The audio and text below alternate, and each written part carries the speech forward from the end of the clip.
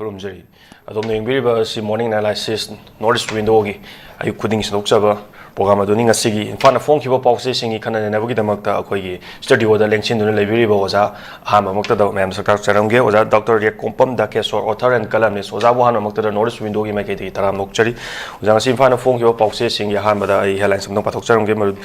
Kokomina Sangai Festival da boycott lauthokraba matung laingakna wari sana si haina cheron tharakre adubu Kokomina di wari sana bada saruk yaroi haina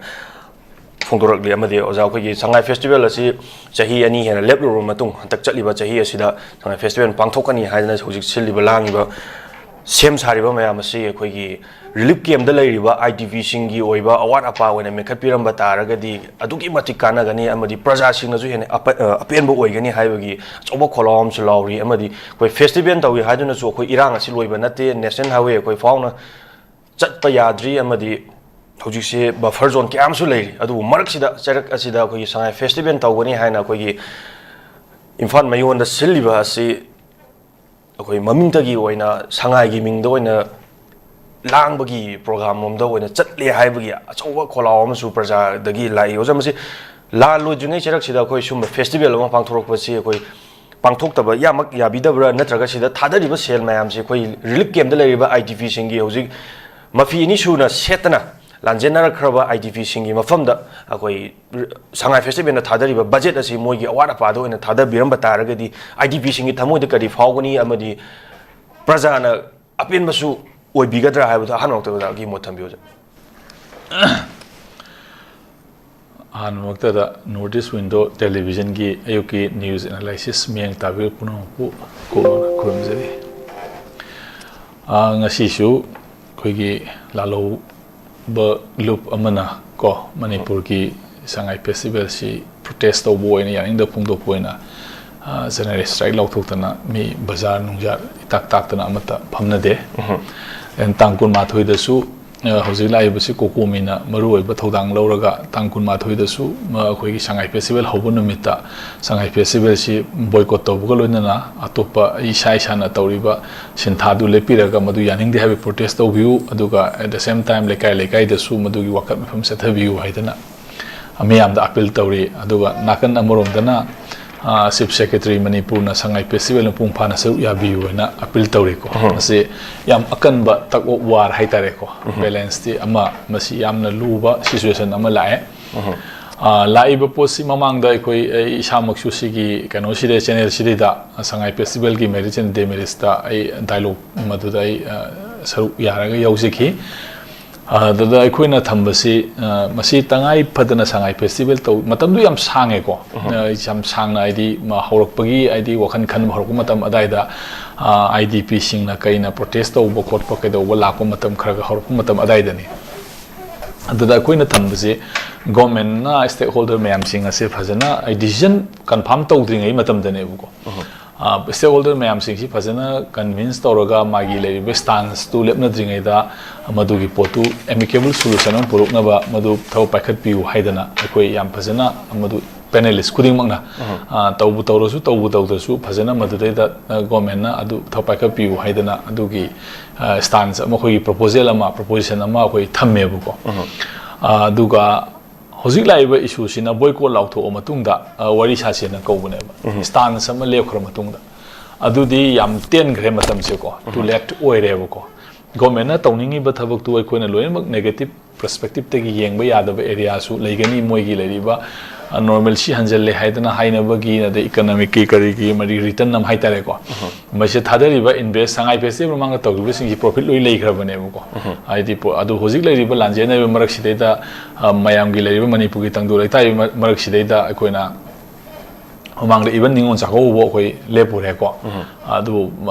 mamang gi sahidegi hanjalaga ningon sako bo festival pangthore nga gi mela pangthore ko degi trade expo siro festival adu da mayam pangthokre bu ko calendar program ama oina thamba mayam sing adu sangai festival atei sing asiga sangai festival ga hitang khena bamna sangai festival si the international tourism gi mai concept ama yawba de magi manipur gi lari ba pot mayam sing asi maji focus tawno khona ba ka magi logic mayam leikre ko aduna maram ora kan sida masina khwaidi gi chawba festival ama oina state ki calendar program da yawba festival ama oire masidai da ulibasi maruina harau kumai pangthokpa akhoi jagoi isai tauba de tongan community singi my cultural kano utpa integration gi adi mapalam dagi laga manipur gi tourism expo haitare ne ko adu gi concept tu da sar ke port oibani na masi aya man harau kumai ga mai lena ba thabak oina tawi maram aduna lairiba akhoi mayam na sida lanjena leira kan sida da akhoi gi potsing ase me tangthokpa si ada issue di live question di masi akhoi na heta ai gi academic perspective ama view matham hai taragadi ko loina makna hariba posing ase issue si yamna maside da clear to boya ba ko ni yeng boya pot amana idp singna lady ba phibam asi normal si hanjel laktri phawda sangai festival to ba yaroi hena stance ama logadori bra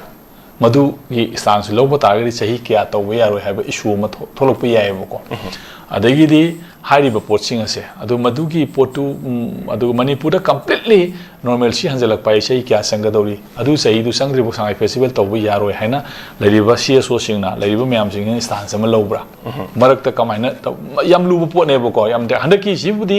mong ta dana pangthok ki ba yai pang adagi पोशन दी फजर रोए बको आई लेबा कोमिना कइना मन बोयकॉट तौरा मिना live pot ma'am सिना then hive possessing असी अखोगी संघाई festival की live Manipur की लेबा pot ma'am सिंग असी हंदकी अखोइदी हाना हाइजबने फजन को ज्ञान तान लेबा मैम सिंग असी कन्विंस तौरा कान सिदा एमेकेबल जो तौबु तौद्रसु फॉर एग्जांपल अखोइना सीएसओ सिंगी लेबा लेवल दगी यागन मथंगी शहीददी खर नॉर्मल सी लानी अदोइना तौरसी हायरसु हंदनद्रसु तौबा यारनी हायरसु लेदनको सिगी पोट अमा अखोइ अदे हंदकी सि लेपसिबु हायरसु ओ तौरगसु सुगुम सुंबा कनो अमदा मागी विजन अमदा लेरिबा मैम सिंग असिगी लेरिबा मणिपुरगी लेरिबा होजिक लेरिबा कनो अखोइगी होजिक लेरिबा मणिपुरगी सिचुएशन से फोकस तौबा theme अमदा आदुमाइना arrangement ama tauba chungani hena khoi haibako adu kaigumba tawdaba taragasu mayam sing asi government ama sigi posi stand lowdringai da ko tawrani haibagi stand magi preparation howdringai matamda stand lowdringai da hando magadi osi yam phajagadam neba hojikti akoina CSO na thingi haidana su tawdaba habi yararoi adigi tawi haidana su mong tabadi oraroi bako si yam luba pot ne bako situation se aside da people lamna pigadab se neither reject nor support aitune bako akoi keno da haira kan side da पोची यादब पोट अमदि लेखरेबको फजदब पोट अमदि दुम थोएबको थोइब पोचिंग असे मसिदैदा होजिकती मागी स्टांस लौनखरमिना माइ लॉजिक हाइनर अनेबको सी हना सिगी पोचे गवर्नमेंट ना aina yamna nungai di government na masida boycott lautho matung de invite tawse wari sasena masi akhoi ni anna hai grebo ko anna idi sigi posing asi wari sabagi pot ama darka leigani leibi maram di sini na da sangai festival da thadari paisa sing asi di magi return motive ama yawbani na paisa du halakani haibagi magi leiba mayam sing adu dagi paisa du halakani haibagi motive ama adum yawbani na paisa du akhoi na thadari pot sing adu hoi magi thadari potu magi di halakada pot ama yawe na magi logic ama leibani na thadari potu de da akhoi na atopa IDP sing da thadaba khota ba haiduna tongan budget amane ko sangai festival thadari budget asidi my return motive ma yawbani na with profit ka loina na adu yawbani na madugi investment du akhoi na yam ka hena adu haiba magi keno du yada pot am su lebo ko manga na adugi leba ki situation na thadari investment du paisa du moi contract akhoi contractual mode to yaroi to biganu du to am thamna khre sin naina ba ani hum lo su nei ri je ko but hojikti last stage oire di masida nong nei ru bagi ai oinadi stand su haining dre di punamakna loina lantho osat kreba amagi leriba CSO singdagi su adagi leriba government dagi su leriba pot mayam leriba mai hojikti hayeng tangko ma thoida horani ban lausang boycott lausang re adi ama taw loi logre stand logre ngasi adi sona kan da su government ngang sangai ran chen gre lamyen chen gre sangai festival do manang na puri theater na kotana bazar chen gre ba stand ji handok na dreba stand ani sida akoina karino bo hujik leriba pot sideda live pose then masideda aina thamning ama khaktang di sideda CSO sing na haibani political party sing ase mogi stance karino haibam su masi any political parties hai tare ko ID state run tone le riba lenga action ne le riba vote theng ne riba political parties in Congress ki oro BJP ki oro natraga na any regional party oro any national party le dana ko CPI CP adu da mayam le dana ko moi gi stance na kari no haiba pot tu masu masida clear oina thamba na chumme ko but tawuda bu tham tar gadi with vision oina tham gada bane ngaki political gain gi natraga kainong gi pa hai jama pong to na taba akoina haining ina hojik le riba sangai festival gi poche CSO singna le riba position mi awana mayama thengna re ma tawre le yu myam sing ase but standi kaino haiba kanda sangai festival haiba festival ase manipur da IDP sing gi normal si completely restore to dribo sungtok to wi aro haiba stance ma lobra pari bo ko adu lauragadi sahi kya tawbe yaro thino sahi kya normal si haloi thino hab issue mu thole yebo ko sigi por myam sing ade handak tawre IDP sing gi si le mathang sei ju hanjan mangam dren khalo mathang sei na tawda yet dren khalo ba adu tagadi kari phim lakani sugum ba poching ju akoina magi keno amadagi akoina naina ba matam da pot ama koi chum yeng ba changi chum ne heta adu du gi na tab hojikti hai punam se wa malan khre matam loi khre खानबगी मतम लोइग्रे Sangai festival तौनी नत्रगा तौर highway खानब स्थान अम लौनगरे को सिदैदा कोइना अदु फै अदा फै फते न हाइरुबगी वफम सु थोइना मथौ तादरे न खले बट आइगी मोड ओइना हाइजा बकान दि गवर्नमेंट न तौरिबा मागी वाडी सासेना कौरिबा पोचे इट्स टू लेट याम थेंगमले मसिदि मोइना आइदि अखोइना गवर्नमेंट नि खोइना तौनिंग तौगनी अदु तौबदा नोइना कैदौगे हाइबनो हाइबगी मोटिव अमा यावो मालेबो को बट मसिदि अखोइगी लेरिबा डेमोक्रेसी दा अदुगा लेरिबा केनो दि मैसान दे सिगो पोचिंग असे मसी एनआरकी हाइतारे को आई हान हाइजबनी पीआर गी लेंग ला कान दु तौरा तौ मयाम डिस्कशन मसे एनआरकी डेवलप तौरपगी पॉसिबिलिटी यावंग ले अदना मसुगुम पोचिंग असे याम तुना अदुना हुजि अखोइना हाइनिंग बदी आई अमखक सिदम तंग हाइजोगे मणिपुर गवर्नमेंट की हुजिक लेरिबा कोई गवर्नर की लेरिबा लेंगा गवर्नर की लेरिबा पीआर सिना संगाई फेस्टिवल पांगथोए निंगोन चाखौ पांगथोए टेट एक्सपो पांगथोए ngaय कोई ngaगी ऑरेंज फेस्टिवल पांगथोए अदु पांगथोए सरोय फेस्टिवल पांगथोए को अदु तागदि माना मणिपुर से कोई नॉर्मल सी हंजले कंप्लीट ओरे अदुना पॉपुलर गवर्नमेंट अमा सेमबदा मतम चारे न मानि पोथाबा ngमदरा this is very critical and the crucial issues होजिक लेबा सिचुएशन सिदेदा माथाबा ngमदरा हाइबा क्वेश्चन अमा कोइना मसिदेदा राइज तो भी है मुको आईडी फेस्टिवल पांगथो पाइस नॉर्मल सी ले हाइ नत्रा संगा लेदना को अदु मा नमना पांगथोए मयाम अदु अदा यर पंथोकपगी वादु तोंगान थंगो यानिंगदबो को गनि मोइ की पर्सनल इशू नेन खलोबो को बट पांगथोए गवर्नमेंट की लेबा स्टेट द मयाम जु लाय से कैनो मयाम अखोगी के हाइतारे स्टॉल मयाम रेस्टा तौरे को 500 एंड रेस्टा तौरे न हाइरे को स्टॉल मयाम हांगले साजु लंबी द साबु को प तहोरे सारे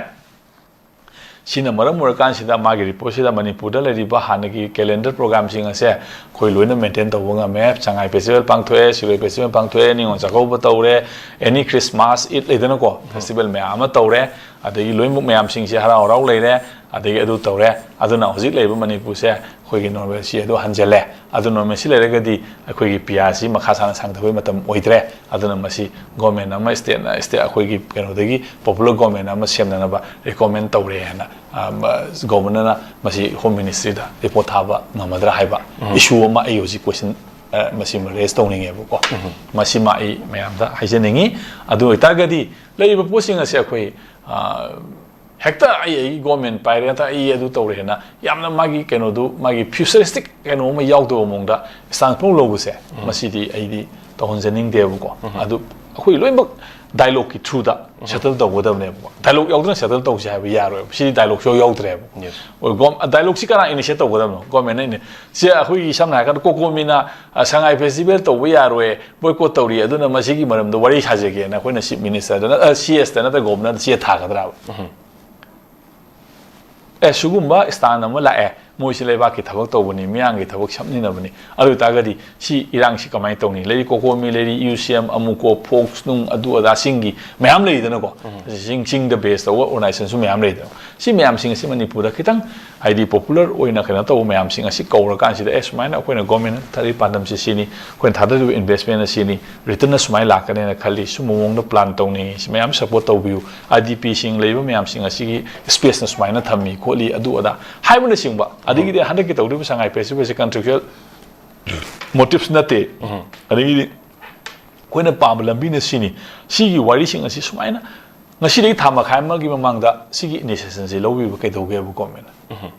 ꯂꯧꯕꯤꯔꯀꯥꯟꯗꯨꯗ ꯋꯥꯔꯤꯗꯨ ꯀꯣꯀꯣꯃꯤ ꯈꯛꯇ ꯅꯠꯇꯦ ITP ꯈꯛꯇ ꯅꯠꯇꯦ ꯃꯅꯤꯄꯨꯔꯗ CSO ꯃꯌꯥꯝ ꯂꯩꯔꯤꯕꯀꯣ ꯌꯥꯅꯤꯡꯕꯁꯨ ꯌꯥꯎꯔꯝꯕ ꯌꯥꯏ ꯌꯥꯅꯤꯡꯗꯕꯁꯨ ꯌꯥꯎꯔꯝꯕ ꯌꯥꯏꯕꯀꯣ ꯁꯤ ꯃꯌꯥꯝꯁꯤꯡꯁꯤ ꯇꯧꯔꯀꯥꯟꯁꯤꯗ ꯄꯣꯠꯇꯨ ꯑꯗꯨ ꯃꯌꯥꯝꯗꯨꯅ ꯍꯟꯗꯛꯀꯤ ꯃꯇꯥꯡ ꯑꯁꯤꯗꯗꯤ ꯑꯩꯈꯣꯏꯒꯤ ꯁꯨꯃꯥꯏꯅ ꯇꯧꯔꯒꯨꯝꯁꯤ ꯍꯟꯗꯛꯀꯤꯁꯤꯗꯤ ꯈꯤꯇꯪ ꯍꯥꯊꯨ ꯃꯥꯜꯂꯦ ꯑꯩꯈꯣꯏ ꯃꯌꯥꯝꯁꯨ ꯀꯩꯅꯣ ꯄ꯭ꯔꯤꯄꯦꯔꯦꯁꯟ ꯇꯧꯕꯗ ꯈꯤꯇꯪ ꯅꯨꯡꯉꯥꯏꯕ ꯋꯥꯠꯂꯦ ITP ꯁꯤꯡꯒꯤ ꯁꯦꯟꯇꯤꯃꯦꯟ ꯈꯔ ꯂꯩꯔꯦ ꯑꯗꯣ ꯃꯊꯪꯒꯤ ꯆꯍꯤꯗ ꯑꯩꯈꯣꯏꯅ ITP ꯁꯤꯡꯁꯦ ꯃꯌꯨꯝꯗ ꯍꯟꯖꯤꯜꯂꯝꯕ ꯉꯝꯗ꯭ꯔꯐꯥꯎꯗ ꯂꯩꯗꯅꯀꯣ ꯃꯣꯏꯒꯤ ꯂꯩꯔꯤꯕ ꯀꯩꯅꯣꯁꯤꯐꯥꯎ ꯉꯝꯗ꯭ꯔꯐꯥꯎꯗ ꯃꯊꯪꯒꯤ ꯆꯍꯤꯗꯩꯗꯤ ꯃꯁꯤ ꯐꯖꯅ ꯑꯩꯈꯣꯏ ꯃꯌꯥꯝ ꯄꯨꯟꯅ ꯌꯥꯃꯤꯟꯅꯔꯒ ꯄꯥꯡꯊꯣꯛꯑꯁꯤ ꯑꯩꯈꯣꯏ ꯃꯌꯥꯝꯁꯨ ꯑꯗꯨ ꯇꯧꯔꯒꯦꯅ ꯍꯥꯏꯕꯅꯆꯤꯡꯕ ꯀꯩꯗꯧꯕ ꯗꯥꯏꯂꯣꯒ ꯑꯃ ꯁꯨꯡꯇꯧ ꯇꯧꯍꯧꯗꯕꯤꯗ ꯁ꯭ꯇꯥꯟꯁꯤꯡꯁꯤ ꯂꯣꯏꯅ ꯂꯧꯅꯈ꯭ꯔꯦꯕ ꯑꯗꯨ ꯑꯣꯏꯇꯥꯔꯒꯗꯤ ꯀꯔꯤꯅꯣ ꯐꯖꯗꯣꯏꯁꯦ ꯂꯩꯕꯥꯛꯁꯤꯗ ꯐꯖꯔꯔꯣꯏ ꯐꯤꯕꯝ ꯇꯥꯔꯔꯣꯏ ꯁꯉꯥꯏ ꯐꯦꯁꯇꯤꯚꯦꯜ ꯒꯣꯔꯃꯦꯟꯅ ꯐꯅꯌꯥꯝ ꯐꯖꯅ ꯁꯤꯜꯂꯦ ꯍꯥꯏꯔꯁꯨ ꯃꯤꯌꯥꯝꯗ ꯄꯥꯔꯇꯤꯁꯤꯄꯦꯠ ꯇꯧ ꯍꯥꯏꯔꯁꯨ ꯑꯃ ꯇꯧ ꯍꯥꯏꯔꯁꯨ ꯃꯗꯨꯒꯤ ꯐꯖꯕ ꯁꯛꯇꯝ ꯑꯃ ꯒꯣꯔꯃꯦꯟꯅ ꯄꯥꯝꯕ ꯁꯛꯇꯝꯗꯨꯗꯤ ꯎꯕ ꯐꯪꯉꯔꯣꯏꯕꯀꯣ ꯑꯗꯨꯒꯤ ꯄꯣꯠꯇꯨꯒꯤ ꯋꯥꯅꯤꯗ ꯑꯩꯅ ꯃꯌꯥꯝꯗ ꯃꯁꯤ ꯍꯥꯏꯖꯅꯤꯡꯉꯤꯁꯦ ꯑꯗꯨꯅ ꯂꯩꯕ ꯄꯣꯠꯁꯤꯡ ꯑꯁꯦ ꯑꯩꯈꯣꯏꯅ ꯇꯧꯔꯤꯁꯤ ꯑꯐꯕ ꯐꯖꯕ ꯑꯃꯒꯤꯗꯃꯛꯇ ꯅꯠꯇ꯭ꯔꯕ ꯑꯗꯣ ꯐꯖꯔꯣꯏꯗꯕ ꯄꯣꯠꯇꯨꯗꯤ ꯇꯧꯋꯦ ꯍꯥꯏꯔꯒ ꯀꯩꯗꯧꯗꯣꯏꯅꯤ ꯑꯥꯔꯊ ꯊꯣꯛꯇꯕ ꯄꯣꯠꯇꯨꯗꯤ ꯍꯣꯏ ꯑꯉꯥꯡ ꯃꯌꯥꯝ ꯑꯃ ꯃꯌꯨꯝꯗ ꯃꯃꯥ ꯃꯄꯥꯅ ꯐꯥꯖꯤꯟꯕ ꯌꯥꯗꯕ ꯀꯩꯗꯧꯗꯕ ꯃꯌꯥꯝ ꯑꯃ ꯊꯣꯛꯂꯛꯀꯅꯤ ꯂꯥꯡꯒꯅꯤ ꯆꯥꯒꯅꯤ ꯊꯛꯀꯅꯤ ꯉꯥꯎꯕ ꯈꯣꯠꯄ ꯀꯩꯗꯧꯕ ꯃꯌꯥꯝ ꯊꯣꯛꯀꯅꯦꯕꯀꯣ ꯃꯗꯨꯅ ꯁꯤꯝꯕꯣꯜ ꯑꯣꯐ ꯅꯣꯔꯃꯦꯜꯁꯤꯗꯤ ꯑꯣꯏꯕ ꯌꯥꯔꯣꯏ ꯀꯣ ꯁꯤꯒꯤ ꯄꯣꯠꯁꯦ ꯑꯩꯈꯣꯏ ꯂꯩꯉꯥꯛ ꯑꯃ ꯄꯥꯜꯂꯒ ꯑꯩꯗꯤ ꯁꯤꯒꯨꯝꯕꯒꯤ ꯄꯣꯠꯁꯦ ꯃꯣꯏ ꯈꯜꯂꯝꯒꯗ꯭ꯔꯥ ꯍꯥꯏꯅ ꯈꯟꯕꯅꯤ ꯕꯠ ꯑꯗꯨꯕꯨ ꯄꯥꯜꯂꯤꯕꯁꯤꯗꯗꯤ ꯃꯗꯨ ꯈꯟꯕꯒꯤ ꯃꯑꯣꯡꯗꯨ ꯍꯧꯖꯤꯛ ꯂꯩꯕ ꯐꯤꯕꯝꯁꯤꯅ ꯑꯩꯈꯣꯏꯅ ꯈꯜꯂꯝꯃꯁꯨ ꯈꯟꯗꯦ ꯂꯧꯕ ꯇꯥꯕꯅꯦꯕꯀꯣ ꯑꯗꯨꯅ ꯄꯣꯠꯁꯤ ꯌꯥꯝꯅ ꯇꯔꯥꯏꯅ ꯑꯩꯈꯣꯏꯅ ꯍꯦꯛꯇ ꯌꯦꯡꯕ ꯌꯥꯔꯣꯏ ꯐꯤꯕꯝ ꯑꯃ ꯃꯁꯤꯒꯤ ꯄꯣꯠꯁꯦ ꯑꯔꯥꯏꯕ ꯑꯣꯏꯔꯣꯏ ꯑꯗꯨꯒ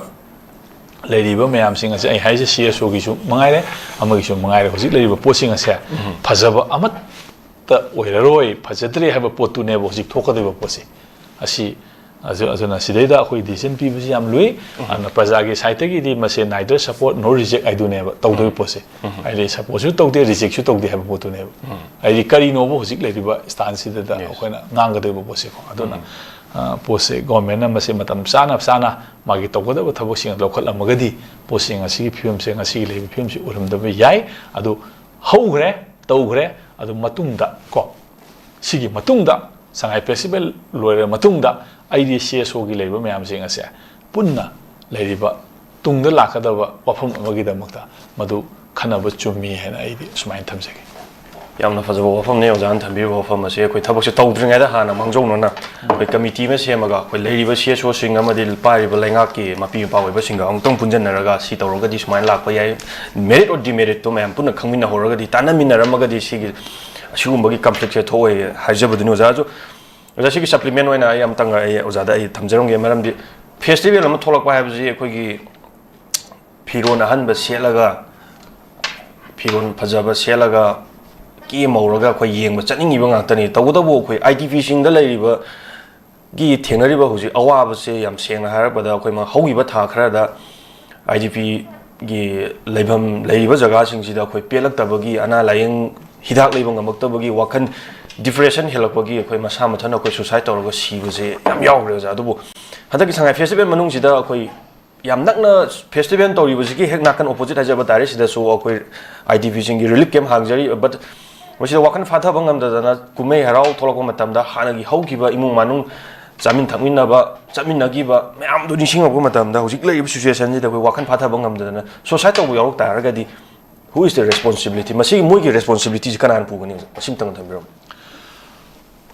ꯃꯁꯤ ꯃꯁꯥꯏꯁꯤ ꯌꯧꯔꯛꯑꯗꯤ ꯌꯥꯝꯅ ꯑꯩꯈꯣꯏꯅ ꯂꯦꯚꯦꯜꯁꯤ ꯀꯩꯅꯣꯝꯗ ꯑꯩꯈꯣꯏꯒꯤ ꯋꯥꯍꯪꯁꯤꯡꯁꯤꯀꯣ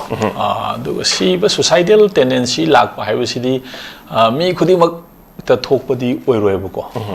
ꯑꯃ ꯑꯅꯤ ꯃꯥꯒꯤ ꯇꯣꯂꯔꯦꯟꯁꯀꯤ ꯂꯤꯃꯤꯠꯇꯨ ꯀ꯭ꯔꯣꯁ ꯇꯧꯔꯛꯄꯗꯒꯤ ꯇꯧꯔꯛꯏꯅꯦꯕꯀꯣ ꯃꯥꯒꯤ ꯑꯦꯛꯁꯄꯦꯛꯇꯦꯁꯟꯗꯨ ꯑꯩꯒꯤꯗꯤ ꯑꯗꯨꯒ ꯂꯥꯏꯐꯀꯤ ꯑꯦꯛꯁꯄꯦꯛꯇꯦꯁꯟ ꯍꯥꯏꯕꯁꯤꯗꯤ ꯃꯥꯅ ꯑꯩꯈꯣꯏꯒꯤ ꯂꯣꯏꯕꯗꯤ ꯂꯥꯏꯕ ꯅꯠꯇꯦꯕꯀꯣ ꯂꯣꯏꯕ ꯅꯥꯏꯗꯕ ꯄꯣꯠꯇꯨ ꯑꯩꯗꯤ ꯇꯧꯍꯟꯅꯤꯡꯗꯦ ꯀꯣ ꯃꯌꯥꯝ ꯄꯨꯝꯅꯃꯛꯅ ꯁꯨꯁꯥꯏꯗꯦꯜ ꯇꯦꯟꯗꯦꯟꯁꯤ ꯍꯥꯏꯕꯁꯤ ꯑꯦꯅꯤ ꯔꯤꯂꯤꯖꯟꯒꯤ ꯇꯦꯛꯁꯇ ꯁꯨꯁꯥꯏꯗꯦꯜ ꯇꯦꯟꯗꯦꯟꯁꯤ ꯌꯥꯗꯦ ꯀꯣ ꯐꯅꯌꯥꯝ ꯂꯩꯔꯕ ꯐꯅꯌꯥꯝꯅ ꯋꯥꯔꯕ ꯐꯅꯌꯥꯝꯅ ꯀꯩꯅꯣ ꯇꯧꯗꯕ ꯃꯌꯥꯝ ꯑꯃ ꯂꯩꯔꯕꯐꯥꯎꯗ ꯑꯗꯨꯒ ꯃꯄꯨꯟꯁꯤꯗ ꯃꯌꯨꯝ ꯑꯃꯨꯛ ꯍꯟꯅ ꯎꯅꯤ ꯐꯪꯗ꯭ꯔꯕ ꯂꯩꯗꯅꯀꯣ ꯈꯟꯗ꯭ꯔꯕ ꯑꯗꯩ ꯇꯣꯉꯥꯟꯕ ꯖꯪꯒꯜꯗ ꯇꯥꯍꯧꯕ ꯀꯩꯗꯧꯕ ꯃꯁꯤ ꯃꯌꯥꯝ ꯑꯃ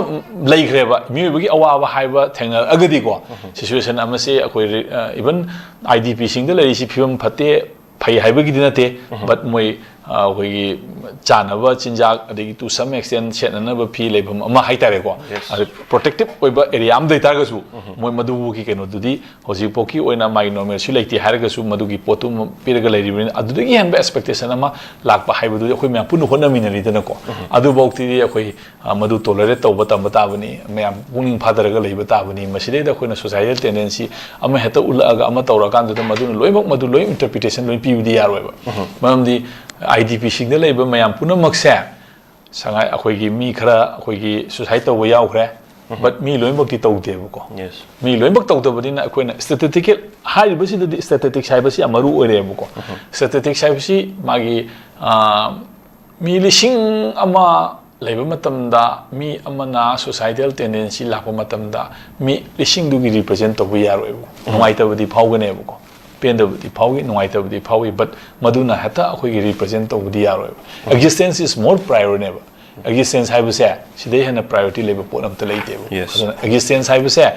anyhow you have to exist हाइबसे मसी खक्तनेबा इन हाइनिंगबदि anyhow whatever situations comes को you have to fight you have to survive you have to exist को नंग existence बु लोइग्रबा नंग मखादा केम तोबो यारो नंग हुजिकी मोमेंट से नंग अरोय बनेना खनगरो मोमेंट से सटखिनेबा but नंग exist होरगदि नंग अतोप मोमेंट अमसु लाकनेबो मधुने हेना फरोई हाइनिंगाई लेते अफबसु ओरक यायबको अनुना anyhow नंग any situation नंग लाक्सनु नंग मधु थेंगनरगा ओवरकम तोरगा नंग हिंगगा चलोबा that is the most precious life क्वाइदिंगी हेना कनो थेंगनबा मीसिंग असे लाइफ अमगी भेंजर अबसे सिगी मनुंगदा क्वाइदिंगी हेना एक्सपेरिमेंट थेंगनबा क्वाइदिंगी हेना सोसाइटी की लेरिबा अफबो ओगेरा फतबो ओगेरा any incident accident लेदनको क्वाइदिंगी मसिंग यामना थेंगनरगा lakpa life ado that is the most precious life ne existentialist sing harim ne ko aduna nan hojik lariba posin aroi bane na sungan khan ganu phangai festival tauge ga tauche ga sanu yaudраga ani yaung da banang na madugi potu da pendre na thawai thagadam na teba nang na madu kamain to holai dege haiba nang gi idea am puthok kadau ne yes ko nang na madugi potu kamain thena ga dege haba idea am puthok kadau ne mana pangthokre aduna mana pangthokra ai yaw ngamdre na sigidam na teba नंग मधुकी पोतो कमाय पांगथो लैदगे पांगथोइबो कांगलुसिंद कमाय convince तौगदगे N मथंग दाबना कमाय तौगदगे हा वखन खनगदौबनेबा अदुदा आई याव फंगद्रे आई ममांग समिनखिबनी आई इसा आइसु आई स्माइन मोर पंग मयाम Conor समिनखिबनी आई स्माइन लेबनी याव फंगद्रे suicide तौरगे हातागदि I मधुदि I support तौदे सेंगना ने गो हाइजरिसे टु बी फ्रैंक अदुना आई वाई खंगी लोइमक लेबा अदु सिचुएशन से ओवरकम तौनो होनगदौ लेबा पुनमक्सेको इथंद नते लेबा म्याम से म्याम पुन इथंद ओइरबोक्त मधु थेंगननो होनगदबने लेबा पोट चिंगसे अदुना इशू से तराइबति नते बट मसी मियो खुदिमक्ता मागे टॉलरेंस की लिमिट तो कयाम सांगनो हाइदि मधुन मिसे तौगदनेबा आइना मधु मियो खुदिमक्ता लोइसिलु हाइरुबसु ngamदेबको अरु बट मागे लिमिटेशन दुदि खरे हेना सांग लेहेनिंगेबको लिमिटेशन दु मागे टॉलरेंस की लिमिट तुना सांगिङै मागी पुंसीदु मगुन लेबे हेलकनी मागी पुंसीदु माई केनो तो हेलकनेबको टॉलरेंस की लिमिट तेल अदि मागी केनो दु मागी वैल्यू दो लाकी वैल्यू दो हंदरकनेबको यस आई सुमाइना थमसके याम चुम्मे ओजा गन थमिरो फमसे अदुगा ओजा अनि सुबदा लाक्सिनिगु पुंसिना खुगी पॉपुलर गवर्नमेंट लाकपगी महुत्ता अनोवा मिकल तगोदबनि डिबेन हौकिबा मणिपुर पॉपुलर गवर्नमेंट अमा सेम सादुना तक्सिनखिबगी असिगी महुत्ता इनौ नौवा मिखल अमा पांथोकनबा अचुम्बा खोंथांग ओइगनी हाइना एमपीसी की मेंबर ओइबदा नतना असेंबली की मिखलदा लमनाई केंद्र की मिरेपसु ओइखिबा अचोइबम डिबेन फोंदोरक हाबियोजा अखोगी पॉपुलर गवर्नमेंट अमा सेम आदि अनौबा अमा सेमबगी लैंगा हाइबदी अखोइ महुत अनौबगी मिखल तौबगी महुत्ता अनौबा इलेक्शन तौरगा गवर्नमेंट अमा सेमनाबा सुमाइनासु फोंदोपिरे ओजा डिबेन अचोइबम डिबेन ओजा मसिगी मताना करि मोथ मिनिंगो सेदी माई मागी मोट आइदोनिदा पॉलिटिक्स ता थमनबनिना को कैसु मसिदेदा याम का हेनबा कमेंट अखोइ पिनिंगाय कैसु लेते बट तौदबु होजिक लैबा पोसे एनिमेटेड सस्पेंशन की पीआर ने yes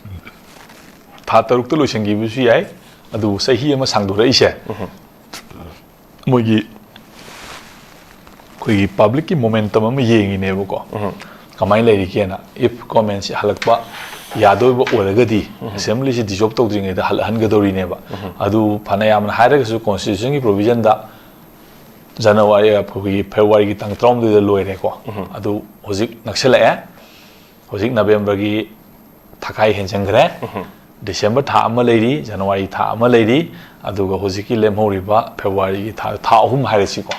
within these 3 months da popular government ama moina halak pangam dragadi masana assembly dissolve taw ki batabani assembly dissolve tawragadi 2017 da election ama minor election ama lei ko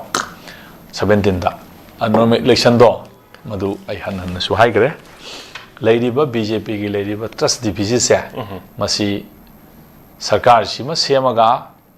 sai hozik BJP ki lady ba central government na yengi ba BJP na pai central government na yengi magi perspective te tai nate manipuri lady ba popular government ama moina semba rist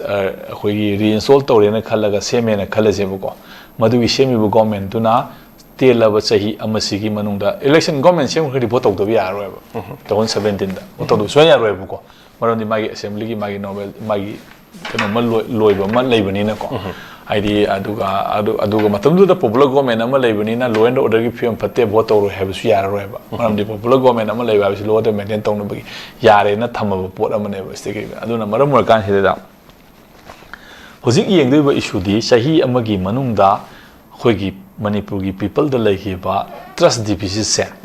masi hanjelak pangam gadra haiba ki moi moment mai ki public ki magi momentum moi yengam gane bu ko government chi kaigum semena kalasi government sem matam si da government tuna tawdoi ba thabak tuna BJP ki leri ba mangri ba hojik trust deficit ama leire mangre ai bisi madi mamang election agi congress ching amadi tamda congress na kagi sina iralena mandate pigre da ko aduna maram oiba kan trust deficit se masi sahi amasi ki manungda restore to bangam gadra haiba moi ki kano ma yengam gane bu kayu madu moina ngamoina thajara ba public na lorok decision to ngam ni BJP ki leri ba moi ki kano singi analysis da moi ki assessment da haiba potuna khoi trust deficit se restore to ngam moina khallaba adu edi 2017 gi boche to ba yadana ba sarkar si semoy ko aduga karigumba adu ede gari bosu dum tawra roeba sahi khara sangna center na direct deal tawra matungda khara sangna PR chi thamakan sida mangriba BJP ki trust deficit se masi center gi level degi mugi keno degi level degi masi ki trust deficit se masi public ta masi hanselak na hona rakhi kene soidana hona da yaroeba maramdi state amada lairiba pot meham sing asi masi anyhow tawraga somehow moi kamaina trust deficit se masi anja moi mechanism meham le ngani ko masi ona badu tawra hona rakane bu ko karigo madu makoina Manipur si tho mai laksani moi thok ma masi BJP na paigera paira tho ma koi gi lariba MLA khara singsigi kari singsigi moi gi pen na bana tra kai gum khara madu torokan si tho moi irang thoke kai ge mo thok mai thengna jarani haidana moi na ta adu makti BJP gi lariba kheno singta di moi khalam doti mande bu adu na maram kan si da popular government ama moi na sem doi muhta vote to kholu gai demand to ri se vote ka di pak to ko na te bu ko popular government do sem dragadi ko normal lai ka na vote to godam na te 17 na vote to godam na te ko popular government semori tawni semok dori taw roi ko adu di moina hairi bai du di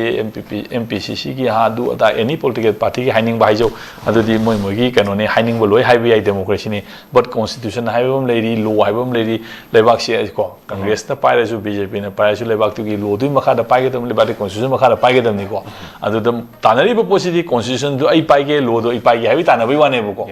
laidana ko adu da constitution du sem do ke constitution ai na nau na i ge na ta na ba na te bo ko lai bo posi nga se adu gi potuni adu lai ba si indian state na hai ba potu pai ge ta na bai wani adu gi manung du yara ga moi vote to ka vote pang to saru yari ne bo ko na tra ga di ai na constitution na i ge na tra constitution na redraft to ge ade india gi structure government gi structure lai ba thu ga ta ga di mawis myam lan hori da na ko Chhattisgarh da di adu da india gi apun ba lan hori da ka mari da na ko manipur do so ko adu yaro en lan hori da na ko si tongan mo pot am ne bo ko si gi na adu gi magi lai ba pot congress ho gera BJP ho gera any CPI ho gera CPM lai hoji lai ba established law established constitution se si gi manung na thabak tau ge na si gi pai ra moi pai gen ta na bai wane bo ko sida aduga laiba irang asi su laiba manipur thoiba situation su within the purview of the constitution within the purview of the law to ne thoiba posing se masi akoina प्रजा मियाम मसी खंगना चटमिनबम संगेबा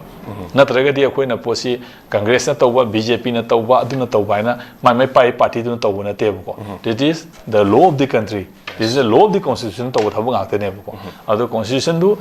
BJP ना पाई अदुगा कांग्रेस ना पाई हाइदुना माइ मागी तोंगानबा मागी modus operandi ना तोंगानबा पोट अमनेबको but तौदु under the constitution of India under the law of the country ने बताउ पुसिंगसे अदुना लेबा पुनमक्से अखोई अदागी मतंग अदुगी फिल्म दु लाकनी अदुना सिदेदा भोट तौ अदुना फै भोट तौबना फरे हाइसिदी माइ मागी पर्सपेक्टिव मागी पॉलिटिकल एजेंडा की मरम नंगांगना पोटनी अदु आइगी ओबा स्टैंडी आई फाइन थमजरी सिनेबको आइगी स्टैंड अमा थमो हाइतारगदी हुजि लेबा पोट सिदेदा भोट से हंदा कित फेब्रुवारी बोकी मनुंगदा को गवर्नमेंट सी पॉपुलर गवर्नमेंट अमा रेस्टोर तौबा ngamagana 2017 दा भोट तौरे करिगुम ngamdragana हाइरिबा मांग्रिबा ट्रस्ट डिविजिट म्याम सिंग असे मसी रेस्टोर तौनबगीदमक्ता मतम खरा सोइदना मगी डायरेक्ट सेंटर ना बीजेपी ना मसी इनिशिएट तौरग मणिपुर मै चांगें खरदि मै सोइदना तौगिनेबको भोटसे पाक तौगदम नते भोट तौबियो ना हाइबगा से सुम हाइरिबा इदुने थोइना इदि कैसु उदेबो सका सेमदरि भोट तौरोयबो सका सेमदि भोट तौरे सिगतनी लेदे पोसी यम चुमे पॉपुलर गवर्नमेंट अमा लेतब तारगदी कैसु कोइना पॉलिटिकल की व्यू दा पॉलिटिकल की कोई साइड दा हाइनिंगे हाइदुना हाइबा तारगजु गवर्नमेंट कैसु सेमोय हाइबदुन जानता बिजे नते भोट तौरोय भोट तौरोय अदुन जानता बिजे ताग चेउजा दुगा कोइ मणिपुर जल जीवन मिशन की सलाक सारे ममांगी लैंगा की लुचिंगबा अमदी वाटर सप्लाई की मिनिस्टर अनि गा ऑफिशियल खरगा मानरगा 1200 crore फोंग न लुट तौक्रे हारिबा सेंफम मजोजा यामना यामबा सेंफमनी अमदी याम फोंग न लुट तौक्रे दि कोइगी वाटर सप्लाई की स्कीम की मतंग दा हुजिक से अदुगी मति क्लेम लै हाइ तारे कोइगी कुकी दादबा खुंदा कुकी की Ming यावरगा इसिंग फंगले हाइबगी ngarang makta jo koi Chandel district की मफम अमदा खुलमदा अदुमायसु कोई पेपर जो फोंदो पिरे दु बोजा कोई ममांगी होगी सरकार मणिपुर जल जीवन मिशन असी सलाक सारे ममांग लैंगा की लुचिंगबा अमदी वाटर सप्लाई की मिनिस्टर अनि ऑफिशियल खरगा लोइनरगा कोई 1200 crore है फोन लुट तौक्रे ओजा मसे कोई एमपीसी की ओजा अंगमचा बिमोल ना फोंदो पिरे मसी की मतान करी मोत थंबिनिंगी अमदी लुट तौगे पैसा से मसी थिगतपिनब कनामता लेत्रब्रा मसी मानव अखोई मसेनबु मानरगदी अदुम यादा याबगी फिबम अमा कोई मणिपुर सिदा चनरब्रा हाइबमसु मयामगी ओइबा मोत फोंदोंनरे ओजा मसी करी मोत थंबिनिंगी मसी रियलिटी ओजाबी मसासु एमपी ओइरी को माना हंगबा या फोरम ले पब्लिक ता थंबदुना पब्लिसाइज तौगने खलगसु माना अखोगी मिनिस्ट्री ऑफ कैनोदा मागी एप्लीकेशन पीबीआई अदे देन कोर्ट की मतेंग लोबी है को मसी पब्लिक की पोट इना को पब्लिक ता सुम तौरे हाइदा रियलिटी दे हेंग इंक्वायरी थोलकनी हाता पब्लिक ता ओजाबी मोना हाइरे मना हाइरे दुना वा अमनेबो को रियलिटी हाइबदी इंक्वायरी थोलकनी है इंक्वायरी दो कमीशन अमा सेम तौबी है और नत्रगना खोगी लोगी सीसी ले डॉक्यूमेंट लेरगदी कमीशन दु सेमद्रगसु माना अखोगी केस फाइल तौबी है लोदा लो कोर्ट चटपे यायबको सुम पब्लिक की सुम सी तौब पीआईएल चटपे याय नत्रग पर्सनल के तौब जाय लोई चटपे याय इंक्वायरी तौनबगी दमुक्ता अदुगा लेरिबा पोचिंग असि अखोइना हेता अखोगी कैनोदा पैसा थादरखिबा पैसा पुनमुक्तो अदुगी थादगी बदुगी मागी रियलिटीज थोलकनेबा इंक्वायरी तौर मतुंगदा सिनी डिपार्टमेंट अमने हेता पैसा लौथोकपाने हेता लाई पैसा दो आई बिकाउडी ट्रांसफर तौरगा हेता चंगबा याबा नतेबको थबक तु तौरे हेना सर्टिफाई तौरगनी अदर लोई चेनरकु म्याम सिंग अदो हयेंग लोई पनिशमेंट फंगनेबो असेंबो अरमगदी अदुगा हेता अखोइना लाखिबा पैसा गवर्नमेंट की पैसा हाइबसे सिविल इंजीनियर ओइरो मंत्री न ओइरो फाइनेंस डिपार्टमेंट न ओइरो करी न ओइरो लाइबा प्रोजेक्ट की पैसा सिंग अदो मिनिस्टर की ओइना लापो नते ऑफिसर सिंग की लापो नते पब्लिक की ओइना लापो ने अदना पब्लिक त मदुगी यूटिलाइज तौदबिदा सिनदबिदा यूसी याउदबिदा नत्र मदुगी रेकॉर्ड याउदबिदा आइगी पिकाउद पुन्ने हेता लुटोक्सन भाइबसे मसी हेता याबा नतेबको याबा नते हाइबा गी मरमदी ड्यू प्रोसेस अमगी मनुंगदा चंदुइनेबा अदुदा तौरेना सर्टिफाई पीरिबा अदुदा चुमना सर्टिफाई पीबी यारोय ओजिकी जल जीवन मिशन की विलेज कमिटी याउरिबको विलेज कमिटी याउई अमा याउई मयाम याउइबको अदु मयाम सिंग लरिबा सेनरी मयाम सिंग अदो from grass from top to bottom ने याउदे पोसिको अदुन लोइबक मसी हाय अखोना इंक्वायरी म तौद्रिङैदा हेता आइना अदुने हाइबदी पॉलिटिकली पॉलिटिशियन अमना सिनी मोय ngangnabaduna wa amanebako अखोगी एंगल दगी थामु हाय तारगदी मसे इंक्वायरी म तौबा इंक्वायरी दु कनान तौगदगे हायबा तौबा याद्र मा एमपी नि मादी हुजी मिनिस्ट्री दुदा मसी इंक्वायरी म तौबी होना मदु व्हाइट पेपर बुथोपी होना मधुगी मफम एरिया ब्लूप्रिंट सी एरिया सी तौग्रे हना पुथोकपुद हंगबे याय करिगो मधुद गवर्नमेंट मिनिस्टर न फेवर तौवेना खलगसु मा लो कोर्ट चला काजे मसी की कनो सी तौबियोना मधु हाइबे याय अदु लो कोर्ट करी करा अमा करी करा अमा करिम संगत्रगदी अदुना वा अमन अदु तोंगान पोट अम लाखिनेबको हौजिबुकी ओइनदि ओजाबी मोलना सिगी मतंगदा खबर नतबदा अतोपदा करी चे सांग थिगतनबगी दमुक्ता करी तौरगे हाइबो पोतो मधुसु अकोइना खंगबा येंगबा म संगे अदो आइना मधु पोतुमा हौजिमक्ति खंगद्रिबनिना आइ अदाइदुदा वांगांगदु खितंग एडवांस ओइसनगद्रा आइना खले बट करिगुंबा तौबो लेरमगदी याम फरे तौबो लेरमद्रगदी मधुसु समानव खोंथा अमा लोकल पियोना आइदि लेदनको मागी तौयो पोसिंग अदुगी सबसाबा रियलिटीज थोनबगी दमुक्ता सिविल इंजीनियरिंग कनोदा पीडब्ल्यूडी की पीआईसीडी की सिविल इंजीनियर दा खंगदे अदगी नत्रगना मागी सेक्रेटरी कमिश्नर दा खंगदे नत्रगा मिनिस्टर अखोगी पब्लिक हेल्थ की पुबा सेंटर की अमलेरमगनी को अदुदा खंगदे अमदा खंगदे अदुगी पोतु लो कोर्ट की करिगी मेते मयामा एमपी अमा हाइजी मागी राइट निदनको फुल राइट निदना मधु थिगतनबगी मधुगी दमुक्ता मयामना खल्लगा थारिबनेबको अदुना लेबा पुमयाम सिंगी ब्लूप्रिंट व्हाइट पेपर लोइन पुथोपियो हारा कांसिदेदा अदु पुथोपो थोलअनेबको थोलकपदुदे यावदबंगेदना करी यावदेबगेना सेनरमसिंगदु पनिशेबल ओइतारेदनको सेनरमदबगेना सेनरमदे ओइरेदनको अदुमाइना थोपमा लाकनी हैना इस्माइ थमजेगी यम चुमे होजा कोइगी प्रजागी गवर्नमेंट की थादरप पैसा जी मिनिस्टर की नते मपी पाउजिंग की प्रजा की ओइबा यूटिलाइज तौदना पैसा जी सिन अरानब मोम सिनरम तारगदी मधु थिगतपदा अचौबा अमा ओजा एमपी की ओइबा थौदांग अमा रोल अमसु लौबिरि हाबदिनो जान थंबि ओजा दो लोइसलकपदा लाचनिंग पोइन कोइ मियामना कोइ हौखिबा कोइ इचाउदा मायोकना किबा थौवाल दाम की थोंग हांगबदगिरा हाइबा इंक्वायरी कमिटी में सेमदुना थिजनबा हाई कोर्ट ना खंगनख्रे चही सिगी सेप्टेम्बर थादा इम्फाल ईस्ट अमदी इम्फाल वेस्ट अमदी थौबाल डिस्ट्रिक्ट की मफम कयादा मियाम इचाउगी अवाबा मायोकना किबा अदु लन थुम पाक्तकना मांगहन किबा अमदी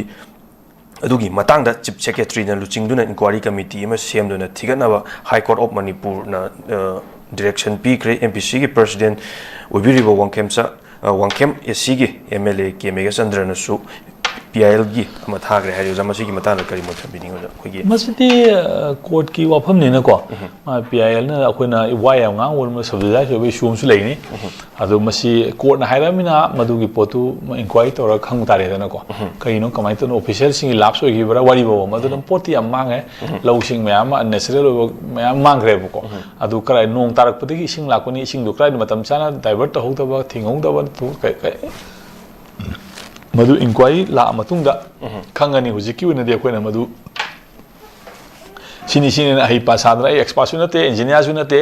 लोगी मी सुनते को अदे अमा तौ सुनते माइ कनो सेनब मी सुनते अदुना मसाइ सिदा आइना याम कना हई पासादना दुने ngangjaloba अदुबु इंक्वायरी म तौ हाइदना कोर्ट हाइरेइसे पब्लिक की वॉइस अमा तारे हाइबदु मदे अखोना मधु ओनर तौफम थोए मधु तौरा कांददा इंक्वायरी ला मतुंगदा पोतु कै रियलिटीज थोलके अदु खoi मैम येमिनब ता थरचरी होजा ओजागी चिल्लबा मतम या कथोबिदोना ngasi morning analysis asi wo pung phan bigi tamang to jawo north window gi mai kai dagi amkan tramu kurumjari amadi north window gi morning analysis meng tabiro me apum no ko aroi bada akso thoda amana kurumjari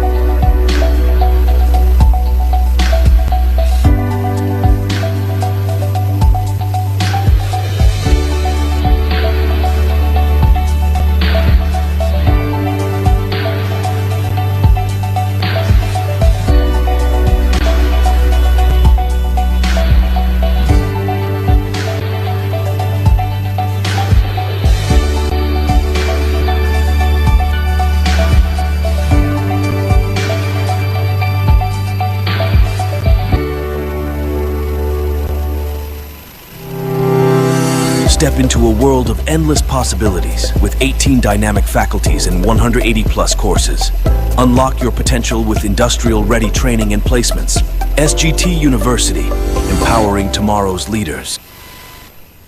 Nurse singidamak achoba opportunity ama buduna lakchari madudi hauzik Malaysia na Indian nurse singi oiba khudong chaba pinabagidamak midyang changlakli VC nursing loiraba chahi ahumdagi tadana experience leiraba miyoi singna khudong chaba asi lobiho ꯈꯨꯗꯣꯡꯆꯥꯕ ꯑꯗꯨꯗꯤ ꯊꯥꯒꯤ ꯑꯣꯏꯕ salary 1 lakh, overtime incentive, free accommodation, ticketing ꯑꯃꯁꯨꯡ long term visa ꯑꯁꯤꯅꯆꯤꯡꯕ ꯈꯨꯗꯣꯡꯆꯥꯕꯁꯤꯡ ꯑꯁꯤ ꯐꯪꯕꯤꯒꯅꯤ꯫ ꯑꯀꯨꯞꯄ ꯃꯔꯣꯜꯒꯤꯗꯃꯛ ꯃꯈꯥꯗ ꯄꯤꯖꯔꯤꯕ 7005273217 ꯅꯠꯇ꯭ꯔꯒ 7005063196ꯗ ꯀꯟꯇꯦꯛ ꯇꯧꯕꯤꯔꯛꯎ ꯅꯠꯇ꯭ꯔꯒ ꯑꯩꯈꯣꯏꯒꯤ office north east window TV building ꯍꯇꯥ ꯅ꯭ꯌꯨ ꯆꯦꯀꯣꯟ ꯔꯣꯗꯇ ꯂꯦꯡꯁꯤꯟꯕꯤꯔꯛꯎ꯫ ꯀ꯭ꯂꯥꯁ 12 ꯑꯃꯁꯨꯡ ꯒ꯭ꯔꯦꯖꯨꯑꯦꯠ ꯂꯣꯏꯔꯕ ꯃꯍꯩꯔꯣꯏꯁꯤꯡꯒꯤꯗꯃꯛꯇ ꯖꯔꯃꯅꯤꯗ ꯑꯣꯁꯕꯤꯇꯥꯜ ꯄ꯭ꯔꯣꯒ꯭ꯔꯥꯝ ꯇꯝꯕ ꯌꯥꯕꯒꯤ ꯈꯨꯗꯣꯡꯆꯥꯕ ꯄꯤꯖꯔꯤ꯫ ꯍꯥꯏꯔꯤꯕ ꯄ꯭ꯔꯣꯒ꯭ꯔꯥꯝꯁꯤꯡ ꯑꯗꯨꯗꯤ ꯑꯍꯥꯟꯕꯗ ꯑꯦꯀꯥꯎꯟꯇꯦꯟꯁꯤ ꯍꯥꯏꯔꯤꯕ ꯁ꯭ꯇ꯭ꯔꯤꯝ ꯑꯁꯤꯗ ꯇꯝꯅꯕꯒꯤꯗꯃꯛꯇ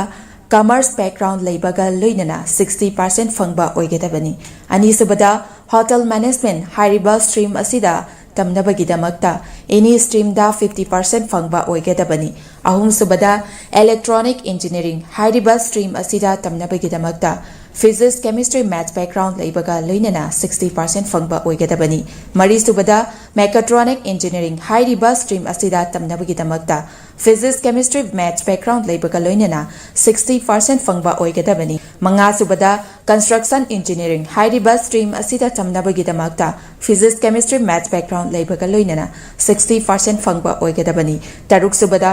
ऑटोमेटिक मेकाट्रॉनिक इंजीनियरिंग हाइरिबा स्ट्रीम असिदा तमनबगिदमक्ता फिजिक्स केमिस्ट्री मैथ्स बैकग्राउंड लेबगा लोइनना 60% फंगबा ओइगदबनी। तरेटसुबदा इलेक्ट्रिकल इंजीनियरिंग हाइरिबा स्ट्रीम असिदा तमनबगिदमक्ता फिजिक्स केमिस्ट्री मैथ्स बैकग्राउंड लेबगा लोइनना 60% फंगबा ओइगदबनी। निपानसुबदा